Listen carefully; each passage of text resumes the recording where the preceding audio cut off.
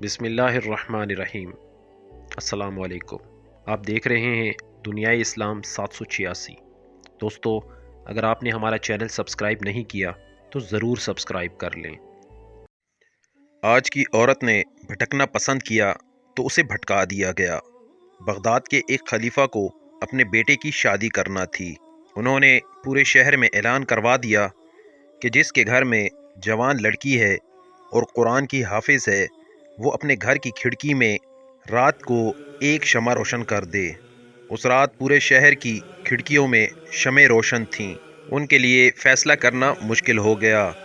اگلے دن اعلان کروایا کہ جس گھر میں موجود لڑکی حافظ قرآن ہونے کے ساتھ ساتھ موتا امام مالک کی بھی حافظ ہے، وہ رات کو اپنے گھر کی کھڑکی میں شمع روشن کرے۔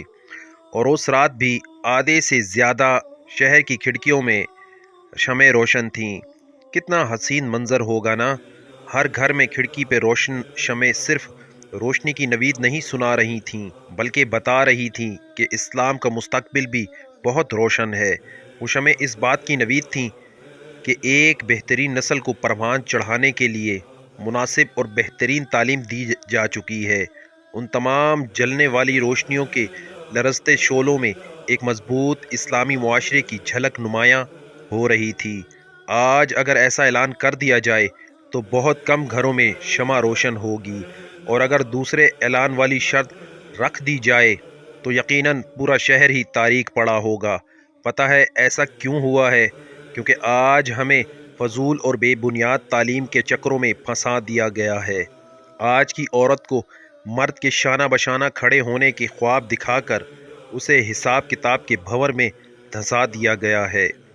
آج کی عورت کو ایک مضبوط کردار کے حامل نسل کی تربیت اور ایک اسلامی معاشرے کی بنیاد میں اہم کردار ادا کرنے جیسے اہم مقاصد سے بھٹکا دیا گیا ہے۔ انگریزوں اور یہودوں کافروں نے پیسے کی لالچ میں انہیں باہر نکال کر مرد عورت دونوں کی ضمیر مردہ کر دیے ہیں۔ آج کی عورت کو ٹی وی پہ بیٹھ کر مارننگ شوز میں فضول عنوانات پہ مباحث، فضول اور بے مقصد کاموں کی طرف اپنی ہی جیسی عورتوں کو راغب کرنے پر لگا دیا گیا ہے۔ آج کی عورت کو انعامی مقابلوں میں چھینا جھپٹی کر کے 2 ٹکے کے تحائف حاصل کرنے پر لگا دیا گیا ہے۔ آج کی عورت نے بھٹکنا پسند کیا تو اسے بھٹکا دیا گیا ہے۔